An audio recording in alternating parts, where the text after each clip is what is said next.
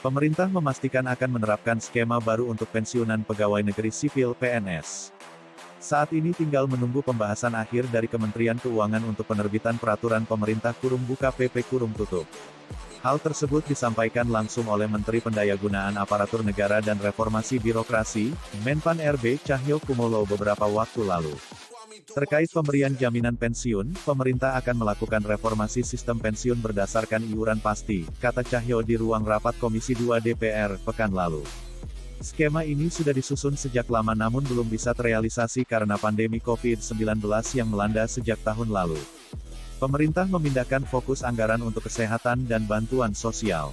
Sebenarnya ada pada awal Januari tahun 2020 sudah ada inisiatif mengadakan rapat di Kemenkeu, yang undang Pak Mendagri dan kami juga untuk bahas detail.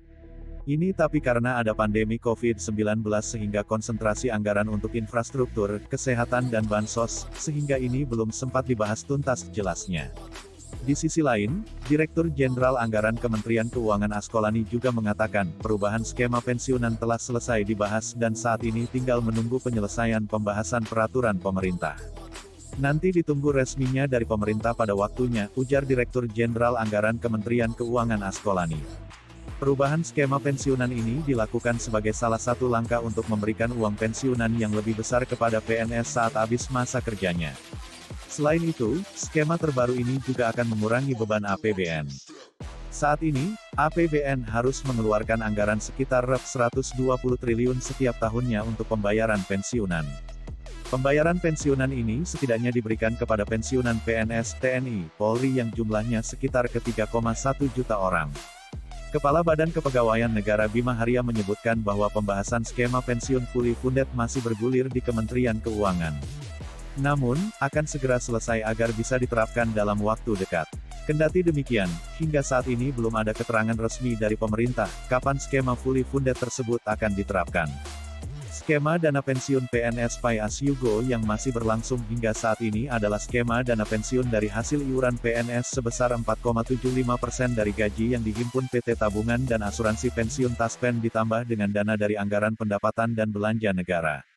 Sementara dengan skema fully funded, uang pensiunan yang diterima PNS akan lebih besar, karena iuran yang dikenakan adalah persentase dari take home pay yang jumlahnya lebih besar, sehingga jumlah pensiunan yang diterima akan lebih besar dari skema saat ini.